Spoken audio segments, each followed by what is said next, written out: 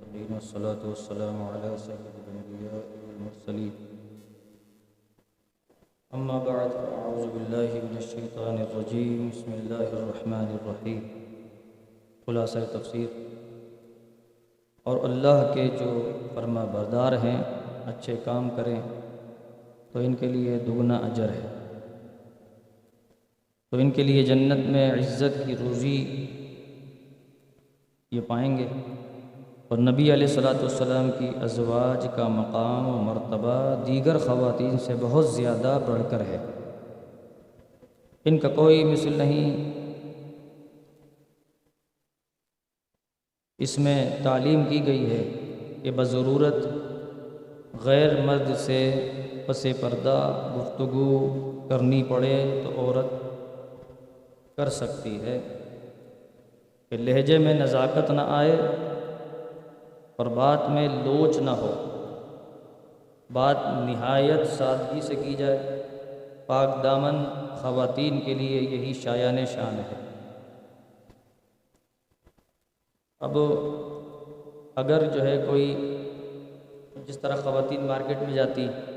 خریداری کرتی تو بعض کی عادت ہوتی ہے وہ بہت زیادہ ہنس کے مسکرا کے دکاندار کا جو ہے وہ جو اس نے ریٹ فکس کیا ہوا ہوتا ہے نا سارا خراب کر دیتی، اور اس کے بعد پھر وہ دکاندار دینے کے بعد پچھتاتا ہے کہ میں نے اتنی کم قیمت میں کیسے دے دی۔ اچھا، پھر اگر ان سے کہا جائے کہ یہ آپ ایسے بات نہ کریں، کہا جی ہم تو بڑے بااخلاق ہیں، ہم سے بد اخلاقی نہیں ہوتی۔ بد اخلاقی جو ہے اس کا مطلب ہے قرآن بد اخلاقی بتا رہا ہے، معاذ اللہ۔ قرآن بتا رہا ہے کہ جب کبھی پہلی بات تو یہ ہے کہ غیر مرد سے بات نہ کرے، اور اگر بامر مجبوری بات کرنی پڑ جائے تو اس لہجے میں بات کرے کہ وہ آدمی جو ہے یہ نہ سمجھے کہ شاید خاتون جو ہیں وہ مجھ سے متاثر ہو گئی ہیں یا ان کے دل میں میرے لیے کچھ ہے، ایسا نہ ہو۔ اور وہ اس طرح بات کرے کہ سامنے والے کو یہ محسوس ہو کہ میں ان کو برا لگ رہا ہوں یا میری کوئی بات ان کو اچھی نہیں لگ رہی، یا یہ اتنے کڑک انداز میں بات کر رہی۔ خاتون بڑی کڑک،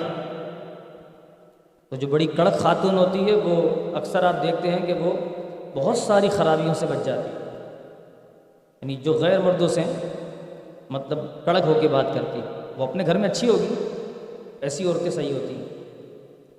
اچھا، یہی کچھ اس طرح کچھ ظاہر ہے ہمارا معاملہ ہے، بہت سارے لوگ موبائل پہ رابطہ کرتے ہیں، سوالات پوچھتے ہیں، تو خواتین بھی میسیج کر دیتی ہیں اور سوالات پوچھتی ہیں، تو میں ہمیشہ جو ہے بڑے سخت الفاظوں میں یا سخت لب و لہجے میں جواب دیتا ہوں۔ ویسے بھی میرا لہجہ شاید سختی ہے، تو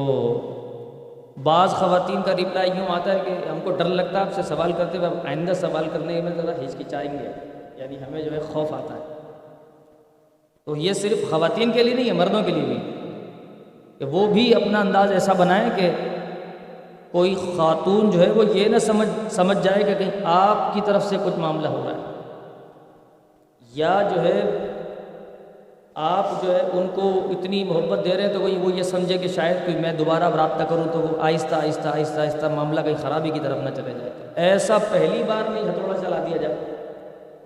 کہ اخروٹ کے 2-4-5 ٹکڑے ہو جائیں، بھلے اس کا اندر کا گودا بھی پس جائے، مسئلہ نہیں ہے، لیکن ایک دفعہ ایک مارے تو آہستہ آہستہ سنار کی چوٹیں نہیں مارے گا، تو یہ بڑا مسئلہ ہے۔ قرآن مجید نے باقاعدہ طور پر اس کو بیان کیا، فرمایا کہ ان کے دلوں میں مرض ہوگا تو وہ تم سے بڑی لبھا کے بات کرے گی، کیونکہ میں مختصر بات کر رہا ہوں، قرآن مجید نے اور تفاسیر میں بالکل تفصیل سے بیان کیا۔ آگے فرمایا کہ اچھا پھر یہ کیوں قرآن نے یہ کیوں نازل کیا، ایسا کیوں کیا؟ یہ آپ کو آج جو ہے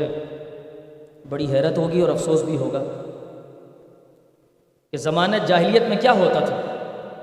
یہ آیت نازل ہونے سے پہلے، یہ 22ویں پارے میں آیتیں نازل ہوئی ہیں، اس سے پہلے زمانے جاہلیت میں ہوتا کیا تھا کہ عورتیں جو ہیں وہ ان کی عادت یہ تھی کہ وہ بڑے اترا کے چلتی تھی، جب باہر نکلتی تھی بہت زیادہ اترا کے چلتی تھی، اور اپنی جو زینت ہے، جو محاسن ہے، اس کا اظہار کرتی تھی۔ تاکہ غیر مرد دیکھیں۔ لباس ایسے پہنتی تھی کہ جس سے جسم کے اعضاء اچھی طرح نہ ڈھکیں، بلکہ آج بھی ہماری مسلمان خواتین اس سے برا حال ہے ان کا۔ ماڈلنگ اور ماڈرن نیٹ اور فیشن کے نام پر خواتین غیر مردوں کے سامنے نیم برہنہ لباس زیب تن کر کے چل کر دکھاتی،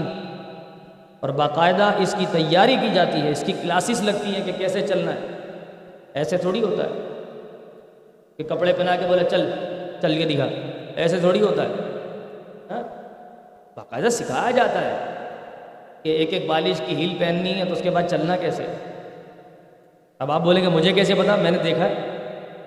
یعنی کیسے دیکھا ہے؟ اب آپ مجھے بتائیں، جب خبریں چل رہی ہوں، آدمی خبریں دیکھ رہا ہو، اچانک اس کے اندر دکھائیں جی آج تو دمادم مس قلندر ہو گیا ہے، کراچی کی خواتین نے تو ٹاپ کر لیا۔ میں نے کہا اللہ خیر کرے، کیا ہوا، کتنی عالمہ بن گئی ہیں بھیا۔ پتہ لگا کہ یہ ہو رہا ہے، اور وہ حال یہ ہے کہ وہ صرف لباس کی نمائش ہے، صرف نام ہے کہ لباس کی نمائش، اور کرتے کیا، ان باقاعدہ ان کی پوری کلاس ہوتی ہے، ان کو بتایا جاتا ہے ایسے چلو ایسے چلو، یوں کرو فلاں کرو، باقاعدہ طور کچھ نہ کچھ معلومات تو ہم بھی رکھتے ہیں، لوگوں سے ملتے رہتے ہیں، بالکل تو مطلب بے خبر نہیں رہ سکتے نا۔ اچھا، پھر کفار و مشرکین کا یہ طریقہ تھا کہ جیسے ہماری مسلمان بہنیں، اگر ہم ان کو بولیں، ابھی یہ جب سنیں گی نا ہماری مائیں بہنیں بھی، اگر یہ، کیونکہ ابھی تو ہمارا یہ لائف جا رہا ہے، یہ سنیں گی تو برا بھی مان جائیں گی کہ یہ تو ہمارے پیچھے ہی پڑے رہتے ہیں، جب دیکھو جب ہمیں پردہ کرنے کا کہتے ہیں کہ یہ تو کوئی بات ہی نہیں ہے، کوئی ایسا مسئلہ نہیں، اس میں تو کچھ بھی نہیں ہے، یہ تو صرف لباس کی نمائش ہے، جبکہ یہ لباس کی نہیں بلکہ جسم کی نمائش ہے۔ مجھے آپ بتائیں نا کہ لباس جو ہے وہ انسان کی شخصیت کا ایک باقاعدہ طور پر اظہار کرتا ہے۔ کوئی شخص صرف لباس پہنے، وہ کچھ نہ بولے، آپ اس کے لباس سے دیکھ کر اندازہ کر لیں گے اس کی شخصیت کیا ہے، لباس سے پتہ چل جائے۔ اور اگر کوئی عورت برقعے میں جا رہی ہے، نقاب لگا کر بہت با پردہ جا رہی ہے، تو اس کو بولنے کی کسی کو ضرورت نہیں ہے، آپ دیکھ کے یہ اندازہ لگا لیں کہ یہ شریف ذاتی ہے، خاندانی عورت، اور اس کے برعکس ہوگی تو پتہ چل جائے گا آپ کو۔ لیکن باتیں بہت ہیں، میں بہت سی مثالیں دے سکتا ہوں، لیکن وقت کی بھی قلت ہے اور مناسب بھی نہیں ہے۔ اور یہ غیر مردوں کے سامنے ان کے ساتھ بیٹھتی ہیں، ان کے ہاتھوں میں کھلونا بن جاتی ہیں، اور اپنی بربادی کا اور حیا کی موت کر کے احترام کا جنازہ نکال کر، اور یہ سمجھتی ہے کہ یہ سب کچھ جو کر رہی ہیں صحیح کر رہی ہیں، یہ بالکل غلط کر رہی ہیں، اور اس سے یہ بے خبر ہے، یہ کر کیا رہی ہے۔ قرآن نے اس سے منع کیا، قرآن اس سے منع کیا۔ اب کوئی کہے جی ماڈلنگ سے، یا یہ جو خواتین کرتی ہیں اور یانہ لباس پہنتی ہیں، دیکھو قرآن نے اس سے منع کیا، قرآن میں سب کچھ ہے، اور یہ غیر مسلموں کا طریقہ تھا، آہستہ آہستہ مسلمان پردہ ختم کر رہا ہے۔ کبھی ہوتا تھا کہ وہ پرانے زمانے کی عورتیں برقع پہن کر اوپر نقاب ڈالتی تھی، پھر وہ نقاب ختم ہو گیا، پھر وہ یوں باندھنے لگ گئے، پھر وہ آہستہ آہستہ سر کا چلا گیا، نیچے کا پہننے لگ گیا، اوپر دوپٹہ لگا لیا، پھر وہ آہستہ آہستہ نیچے کا بھی چلا گیا، پھر لباس پہ آ گئے، پھر وہ لباس چست ہو گیا، پھر آستین آدھی ہوئی، پھر یہاں تک آ گئی، اور پتہ نہیں کیا کیا ہو رہا ہے، سب کو معلوم ہے۔ اب تو مارکیٹ میں آستین والا سوٹ ہی نہیں ملتا، لینے جاؤ تو آستین والا سوٹ نہیں ملتا، بھائی اتنے کا ہے یہ، اچھا دوپٹہ بھی نہیں ملتا، بولا یہ 1 پیس ہے یا 2 پیس ہے، 2 پیس میں تو پاجامہ نہیں ہوگا، اگر دوپٹہ ہوگا تو پاجامہ ہوگا تو دوپٹہ نہیں ہوگا۔ باجی یہی ہوتا ہے، یعنی وہ دکاندار بولتا ہے باجی یہی ملتا ہے، بس یہی آتا ہے، پیچھے سے آ رہا ہے صحیح۔ اب عورتیں کیا کریں، بھائی مجبوری ہے ہماری، پیچھے سے ایسے ہی آ رہا ہے، لہٰذا پہن تو پہننا ہی چھوڑ دو، تم تھان سے لو، جس طرح وہ پرانی عورتیں لیتی تھیں، تھان سے لو، کاٹو اچھی طرح، بہترین اپنی مرضی کا بناؤ، پوری آستین کا بناؤ، گلے تک جو ہے اس کا گلا ہو، اور اس کے بعد وہ چاک بھی آئیں تک، بغل تک چاک جا رہے ہیں، چلتے ہوئے وہ آدھی قمیص ادھر جا رہی ہے، آدھی قمیص ادھر جا رہی ہے، تو طریقہ ہے کپڑوں کا۔ اچھا، پھر یہ جو خواتین پہنتی تھی پہلے، وہ اب مرد پہننے لگ گئے، اور یہ چاک والے کپڑے مرد پہنتے تھے، اب وہ خواتین پہننے لگ گئے۔ ہمارے مسلمان جا رہے کدھر، یہ زمانہ جاہلیت کی طرف لوٹ رہے ہیں، کفار کے طریقوں اپنا رہے ہیں، اور کہتے ہیں یہ ماڈرنیٹی ہے، یہ فیشن ہے، یہ جدت ہے، زمانے کی جدیدیت ہے۔ واہ، زمانے کی جدیدیت۔ یہ نہیں دیکھتے کہ تم اسلام کیا کہتا ہے، ہمارا، ہم مسلمان ہیں، ہمارا مذہب کیا کہتا ہے۔ آگے قرآن مجید فرماتا ہے کہ آیت کریمہ میں 10 مراتب مردوں اور عورتوں کے برابر برابر بیان فرمائے، یعنی ان کے ساتھ ان کی تعریف بھی کی خواتین کی۔ اب خواتین یہ نہیں پڑھتی، خواتین کہتی ہمارے تو حقوق ہی بیان نہیں ہوئے، وہ اپنے حقوق لینے نکل جاتی ہیں اسلام آباد، میرا جسم اور میری مرضی۔ ارے تم نے حقوق لینے تو قرآن سے پوچھو، آ کے قرآن پڑھو، آ کے قرآن بتائے گا تمہارے حقوق کیا ہیں۔ قرآن نے بیان کیا پہلا مرتبہ خواتین کا، مرد اور عورت دونوں کا اسلام ہے، دوسرا عقیدہ درست کرنا ہے، تیسرا اطاعت بجا لانی ہے، چوتھا سچائی صدق بولنا ہے، پانچواں صبر ہے، چھٹا خشوع اور خضوع ہے، ساتواں صدقہ ہے، آٹھواں روزہ ہے، نواں پارسائی ہے، پاک دامنی ہے، اور 10واں کثرت ذکر ہے۔ ہم نے پرانی خواتین کو دیکھا ہمیشہ ہاتھ میں تسبیح، سر پر دوپٹہ، ہمیشہ ہاتھ میں تسبیح۔ خواتین پرانی یہی، آج کل کس کے ہاتھ میں تسبیح ہوتی؟ چلو کاؤنٹر ہی صحیح، کاؤنٹر ہی لے لو، وہ بھی نہیں، تسبیح تو دور کی بات ہے، موبائل ہاتھ میں ہوتا ہے اتنا بڑا، موبائل ہاتھ میں ہوتا ہے، ٹک ٹک ٹک لگے میں، موبائل پہ ہو رہا ہے سب کچھ۔ تو یہ قرآن بیان کر رہا ہے کہ تمہارے پاس یہ ساری چیزیں ہیں۔ اچھا، پھر 10ویں میں بیان کر دیا کہ ذکر میں تسبیح، تحمید، تحلیل، تکبیر، قرات قرآن۔ قرات قرآن، پہلے زمانے کی عورتیں قرآن مجید کی تلاوت اتنا کرتی تھیں کہ کبھی ان کو بغیر قرآن کی تلاوت کرتے ہوئے دیکھا ہی نہیں گیا۔ اور خوش قسمتی سے الحمدللہ میری والدہ اتنا قرآن پڑھتی تھی کہ ان کے قرآن پر ان کی انگلیاں اور انگوٹھے چھپے ہوئے ہیں، آج بھی موجود ہیں میرے پاس، اسی میں نے حفظ کیا، اور کبھی میں نے ان کو بغیر قرآن پڑھتے ہوئے دیکھا ہی نہیں۔ اور بھی نہ جانے اس زمانے کی عورتیں ہوں گی اس طرح کی جو قرآن کی کثرت سے پڑھتی ہوں گی، تلاوت کرتی ہوں گی، اور جو اس بات سے آنسو بہاتی ہوں گی کہ ان کے بچے قرآن پڑھ لیں۔ یہ میری ماں کو حاصل تھا، یہ سعادت ان کو حاصل تھی، اور یہ مجھے بھی سعادت حاصل ہے الحمدللہ۔ اور آج کل کی مائیں کبھی روتے ہوئے میں نے نہیں دیکھا کہ کاش ہمارا بچہ قرآن پڑھ لے، کاش یا اللہ اسے حافظ بنا دے، یا کاش پروردگار اسے تو قرآن مجید کا ناظرہ ہی پڑھوا دے۔ کبھی آنسو بہاتے ہوئے عورتوں کو نہیں دیکھا ہوگا۔ اگر عورت رو رہی ہوگی تو یہی رو رہی ہوگی کہ اس نے تو میرے نصیب کھو دیا، آدمی ایسا مل گیا، آنسو صرف اسی پہ نکل رہے ہوں گے، یا پھر نکل رہے ہوں گے کہ یہ بچہ اسکول نہیں جا رہا، اس کی فیس کہاں سے دے، بس اس کے علاوہ کچھ نہیں۔ قرآن پڑھ لیا، ہاں سب نے پڑھ لیا، ناظرہ بھی پڑھ لیا، سب کچھ ہو گیا، اور وہ یعلمون تعلمون لگا ہوا، تو پتہ ہی نہیں ہے کہ قرآن کی تلاوت کیسے ہوتی ہے۔ یعنی قرآن کی تلاوت میں اگر آپ جو ہے یوں پڑھیں الحمدللہ رب العالمین، اس کے معنی ہوتے ہیں تمام تعریفیں اللہ کے لیے، اور اگر کوئی پڑھے الحمدللہ، اس کے معنی بن جائیں گے تمام سلگائی ہوئی آگ اللہ رب العالمین کے لیے، معاذ اللہ، کتنے معنی تبدیل ہو جائیں گے۔ پھر اگر کوئی پڑھتا ہے قل هو اللہ احد، محبوب فرمائیے کہ اللہ ہے، اور عام طور پر جو لوگ پڑھتے ہیں قل هو اللہ، لکیر والے کاف سے پڑھتے ہیں، اس کے معنی بن جاتے ہیں کھاؤ اللہ ایک ہے، معنی تبدیل ہو گئے، تو ثواب ملے گا، گناہ مل رہا ہے، عذاب۔ اچھا، اسی طریقے سے سورہ لہب پڑھتے ہیں آپ، یہ میں چھوٹی چھوٹی مثال دے رہا ہوں آپ، سورہ لہب چھوٹی سی سورت، حمالۃ الحطب، اگر اس کو طوا سے پڑھا تو نماز ہو جائے گی، اور اگر طوا سے نہیں پڑھا، حمالۃ الحطب، تے کے مخرج سے پڑھ دیا تو نماز فاسد ہو جائے گی، ٹوٹ جائے گی۔ کتابوں میں لکھا ہے، باب زینت القاری فقہ کی کتابوں میں لکھا ہے کہ یہ نماز ٹوٹ جائے گی، فاسد ہو جائے گی۔ مجھے بتائیے مخارج کے دار و مدار پر آپ کی نماز کی صحت قائم ہے، اور مخارج کا علم ایسا ہے کہ لوگ سیکھتے ہی نہیں ہیں، اس کے اوپر توجہ ہی نہیں دیتے۔ بھیا اسی لیے تو ہر جگہ پر مدرسے قائم ہوتے ہیں کہ بچوں کو ناظرہ پڑھایا جاتا ہے کہ درست قرآن مجید پڑھنا سیکھ لو، یہ فرض ہے سیکھنا، لیکن اس پر کوئی توجہ نہیں ہوتی۔ تو یہ باقاعدہ طور پر مردوں کے لیے بھی اور عورتوں کے لیے بھی یہ فرض ہے کہ بہترین اور صحیح ادائیگی کے ساتھ قرآن مجید کو پڑھنا سیکھا جائے۔ علم دین کا پڑھانا، نماز، وعظ، نصیحت، میلاد شریف، نعت شریف پڑھنا، سب داخل ہیں ذکر و اذکار میں۔ پھر یہ بھی کہا گیا کہ کھڑے ہوں یا بیٹھے ہوں یا لیٹے ہوں ہر حال میں اللہ کا ذکر کرے، وہ بندہ ذاکرین میں شامل ہو جائے گا، جو اٹھتے بیٹھتے درود شریف پڑھتا رہے، اٹھتے بیٹھتے اللہ الحمدللہ سبحان اللہ ماشاء اللہ اللہ اکبر پڑھتا رہے، وہ ذاکرین میں شامل ہو جائے گا۔ اچھا، پھر آگے بیان ہو رہا ہے کہ حضرت زید حضور علیہ الصلوۃ والسلام کے لیے پالک بیٹے تھے، تو ان کا رشتہ حضور علیہ الصلوۃ والسلام نے اپنی پھوپھی زاد بہن سے، یعنی پھوپھی کی بیٹی تھی حضرت زینب بنت جہش، ان کا رشتہ مانگ لیا، حضرت زید کا نکاح کر دیا، لیکن حضرت زید سے ان کی بنتی نہیں تھی، کچھ نہ کچھ چلتا رہتا تھا۔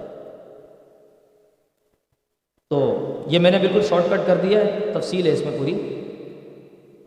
تو حضرت جبریل امین جو ہے وہ نبی پاک علیہ الصلوۃ والسلام کی بارگاہ میں تشریف لاتے رہتے اور عرض کرتے رہتے کہ یا رسول اللہ، اللہ چاہتا ہے کہ زینب آپ کی زوجہ بنے، اللہ یہ چاہتا ہے۔ تو سرکار خاموش رہتے تھے اور کچھ نہ کہتے تھے۔ جب بھی حضرت زید شکایت کرتے تھے یا رسول اللہ زینب نے یہ کر دیا، تو سرکار فرماتے تھے اس طرح کر لو، اس طرح کر لو، گاڑی کو چلاؤ۔ لیکن جو ہے وہ اللہ کو جو منظور تھا وہ تو ہونا تھا۔ آخر کار حضرت زید نے طلاق دے دی۔ طلاق دینے کے بعد عدت پوری ہوئی، پھر نبی پاک علیہ الصلوۃ والسلام پر وحی نازل ہو گئی اور نکاح کا پیغام ہو گیا۔ تو حضرت زید خود حضرت سیدہ زینب کے پاس گئے رشتہ لے کے سرکار کا، کہ حضور کا رشتہ آپ قبول فرمائیں۔ تو انہوں نے کچھ نہ کہا، مان لیا، اور پھر آپ ازواج مطہرات میں شامل ہو گئے۔ یہاں کیونکہ خواتین کے مسائل بیان ہو رہے ہیں نا اس میں سورہ احزاب میں، اس لیے۔ اچھا، پھر اس میں ایک بڑی کام کی بات کہ حضرت داؤد علیہ الصلوۃ والسلام کی 100 بیویاں تھیں، اور سلیمان ان کے بیٹے تھے، ان کی 300 بیویاں تھیں۔ اللہ کے انبیاء تھے ماشاءاللہ، اس وقت یہ سلسلہ تھا۔ تو یہ کیوں بیان کیا کہ نبی پاک علیہ الصلوۃ والسلام کو بھی اللہ نے اجازت دی ہوئی تھی جتنی چاہیں ازواج رکھیں۔ یہ تو سرکار کا اختیار تھا کہ آپ نے 9 زوجہ محترمہ رکھی تھی، ورنہ حضور علیہ الصلوۃ والسلام کے اندر طاقت کتنی تھی؟ دنیا کے 40 مردوں کے برابر ایک جنتی میں طاقت ہوتی، جو جنت میں جائے گا نا جنتی، اس کے اندر کتنے مردوں کی طاقت ہوگی؟ 40۔ اور حضور علیہ الصلوۃ والسلام 40 جنتیوں کے برابر طاقت رکھتے ہیں۔ کتنے ہو گئے؟ 4 سے ضرب دے دیں، 4000 ہو گئے۔ تو 4000 مردوں کی طاقت پیارے مصطفیٰ کریم رکھیں اور اکتفا کریں صرف 9 بیویوں پر۔ اللہ! لیکن بڑے خبیث اور بڑے حرام خور، بڑے حرامی لوگ ایسے بھی ہیں جو حضرت سیدہ عائشہ صدیقہ رضی اللہ تعالی عنہا پر اور حضور پر الزام لگاتے ہیں کہ کہاں اتنا عمر کا آدمی اور کہاں 9 سال کی بچی، یہ تہمت لگاتے ہیں، سرکار پر الزام لگاتے ہیں کہ بچی سے نکاح کیا، کیونکہ آپ کا مطالعہ نہیں ہے اس بارے میں، آپ کو معلوم نہیں ہے، اور یہ چلتا ہے باقاعدہ طور پر، اس پر باتیں ہوتی رہتی ہیں۔ تو اس لیے یہ میں تفصیل سے آپ کو بیان کر رہا ہوں کہ جب وہ سنیں تو ذرا ان کو بھی شرم آئے کہ نبی پاک علیہ الصلوۃ والسلام 4000 آدمیوں کی طاقت رکھنے کے باوجود آج ادھر ہماری حالت کیا؟ ہم اپنی حالت دیکھیں، چلنا آتا نہیں ہے صحیح سے، تب بھی خواہش ہے کہ 4 بیویاں ہوتی تو کتنا اچھا ہوتا ہے، اور سب کو اسلام 4 بیویوں میں نظر آتا ہے، سب کو یہی نظر آتا ہے کہ 4 تو جائز ہے، 4 تو جائز ہے۔ اچھا، اور کہیں اسلام نظر نہیں آتا، 4 بیویوں میں اسلام نظر آ جائے گا، مطلب دل بہت کر رہا ہے کہ میں کچھ بولوں لیکن بول نہیں سکتا، وقت نہیں ہے۔ اچھا، آگے پھر خواتین کے مسائل کے حوالے سے، اچھا، اگر کوئی عورت، کسی عورت کا نکاح ہو اور خلوت صحیحہ نہ پائی جائے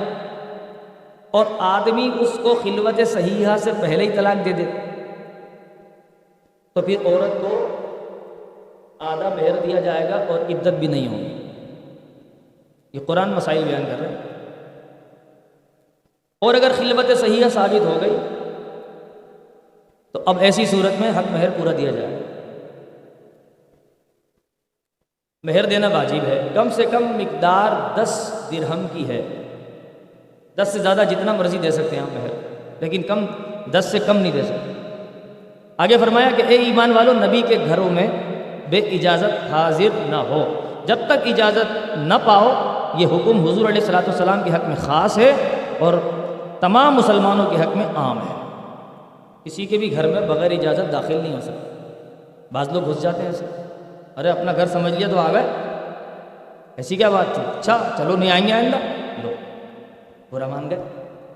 شریعت کہہ رہی ہے بجاؤ، دروازہ بجاؤ، اونٹوں کی طرح منہ اٹھا کے نہ گھس جاؤ، دروازہ بجاؤ، 3 دفعہ بجاؤ، اگر وہ اجازت دے دیتے ہیں تو آ جاؤ، ورنہ واپس چلے جاؤ پیچھے سے، اور پھر یا تو سلام کرو زور سے پتہ چلے۔ پھر زور سے پیچھے بھی گزرا تھا اس معاملے کا، ہم نے بیان کیا تھا، پھر دروازہ بجاتے تو اتنی زور سے بجاتے کہ دروازہ ہی ہاتھ میں آ جائے، اتنی زور سے، اگلا ہڑبڑا کے اٹھے، پتہ نہیں کیا، اللہ خیر کرے پولیس تو نہیں آ گئی اٹھانے کے لیے، یا خدا نخواستہ کوئی قرض دار تو نہیں آ گیا۔ اس طرح بجاتے ہیں دروازہ، جب باہر نکلو اور خیریت، ارے بھائی اللہ خیر کرے، ہم تو سمجھے کہ تم مرمرا گئے تھے، تمہارے گھر سے کوئی آیا، تو ایسے بھی نہ کرنا چاہیے۔ پھر فرمایا کہ جب کسی کے یہاں کھانے پہ جاؤ تو کھانا کھاؤ تو چلتے بنو، یہ نہیں کہ بھئی کھانا کھا کے بیٹھ گئے میں گپے ہاں کریں، باتوں میں لگ گئے، تو اس طرح جو ہے یہ طریقہ صحیح نہیں ہے۔ یہ عام لوگوں کے لیے ہے جو میں بات کر رہا ہوں، یہ خاص بات نہیں ہے، یہ عام بات ہے۔ قرآن مجید میں جن کے لیے بیان ہوا تھا وہ بات اسی وقت تھی اور اس وقت ختم ہو گئی، لیکن اس کا حکم جو آج تک باقی ہے اس حوالے سے بات کر رہا ہوں کہ جو صاحب خانہ ہوتے ہیں ان پر گرا گزرتا ہے۔ اگر مہمان جاتے ہیں کھانا کھا لیا تو مہمان کو جان چھوڑ دے اور جانے، تاکہ وہ بھی اپنے کام کاج کر لیں۔ اس کے بعد آگے فرمایا کہ آقا علیہ الصلوۃ والسلام کی ازواج و بنات اور مسلمانوں کی عورتوں سے فرمایا کہ جب تم کسی حاجت کے لیے نکلو تو سر اور چہرے کو چھپا کر نکلو، یہ آزاد عورتوں کا حکم ہے۔ پہلے زمانے میں باندیاں رکھی جاتی تھیں، باندیاں، وہ بھی ان سے بغیر نکاح وہ بھی بیوی ہوتی تھی، تو وہ باندیاں ہوتی تھی۔ آج کل باندی رکھنا جائز ضرور ہے لیکن رواج ختم ہو گیا ہے، نظام ہی نہیں ہے، تو اس لیے مالک یعنی اگر کوئی نوکر رکھتا ہے اپنے پاس، نوکرانی رکھتا ہے تو ظاہر ہے وہ تو اس کا پردہ ہے اس سے، تو سمجھ لیجئے کہ یہ پہلے زمانے کی نوکرانیاں ہوتی تھیں، لیکن یہ بھی بیوی کی طرح ہوتی تھی، ان سے پردہ نہیں ہوتا تھا، اور یہ ان کے یعنی پیسے دے کر یہ لے لی جاتی تھیں باندیاں، پہلے زمانے میں ایسا ہوتا تھا۔ تو جب آزاد عورت جو ہے وہ یعنی وہ باندھی نہیں ہوتی تھی، آزاد عورت آزاد ہوتی تھی، گھر سے بیاہ کے باقاعدہ نکاح کے ساتھ کسی کے گھر میں جاتی تھی، تو جب یہ عورتیں گھر سے باہر نکلتی تھی تو منافقین باہر کھڑے ہوتے تھے تو وہ ان کو مطلب چھیڑتے تھے، تو یہ منافقین کی بدکاری اور بری سوچ سے اللہ نے ان کو باز رکھنے کا حکم فرمایا کہ تم جو یہ کرتے ہو یہ اچھی بات نہیں ہے، مسلمانوں کی اس سے شکنی ہوتی ہے۔ اچھا، پھر یہ منافقین اور کیا کرتے تھے، باہر نکل کے اوباش حرکتیں، بات چیت، خواہ مخواہ کی فضول باتیں، کہ بھائی وہ مسلمان جو ہے جنگ پر ہیں تو سنا یہ ہے کہ وہ ہار گئے، پسپا ہو گئے، کفار غالب آ گئے، بس اب تو مسلمانوں کی خیر نہیں ہے۔ اب جو مدینہ شریف میں جو مسلمان بیچارے رہ جاتے تھے، بوڑھے یا عورتیں، وہ ڈرتے تھے کہ اللہ اکبر مسلمان تو ہار گئے تو اب کیا بنے گا، یہ جھوٹی خبریں پھیلاتے تھے یہاں۔ تو اللہ نے اپنے محبوب پاک کو فرمایا کہ محبوب یہ جھوٹی خبریں پھیلاتے ہیں، آپ فکر نہ کریں، ہم ان سے مدینے کو خالی کر دیں گے، ان سے مدینے کو خالی کر دیں گے اور آپ کو ان پر مسلط کر دیں گے، ان کو باہر نکال دیں گے۔ پھر یہی ہوا، آپ دیکھیں کہ نبی پاک علیہ الصلوۃ والسلام نے نام لے لے کے ان کو نکالا، نکلو تم نکلو، تمہارا نام یہ، تمہارے باپ کا نام یہ، نکلو یہاں سے، مسجد شریف سے نکال دیے۔ یہ نبی پاک علیہ الصلوۃ والسلام کا علم غیب نہیں تھا تو کیا؟ اللہ رب العالمین جل شانہ عم نوالہ کی بارگاہ میں دعا کرتے ہیں کہ پروردگار عالم جو ہے وہ ہمیں قرآن مجید کو سمجھنے، اس پر عمل کرنے اور دوسروں تک پہنچانے کی توفیق رفیق عطا فرمائے۔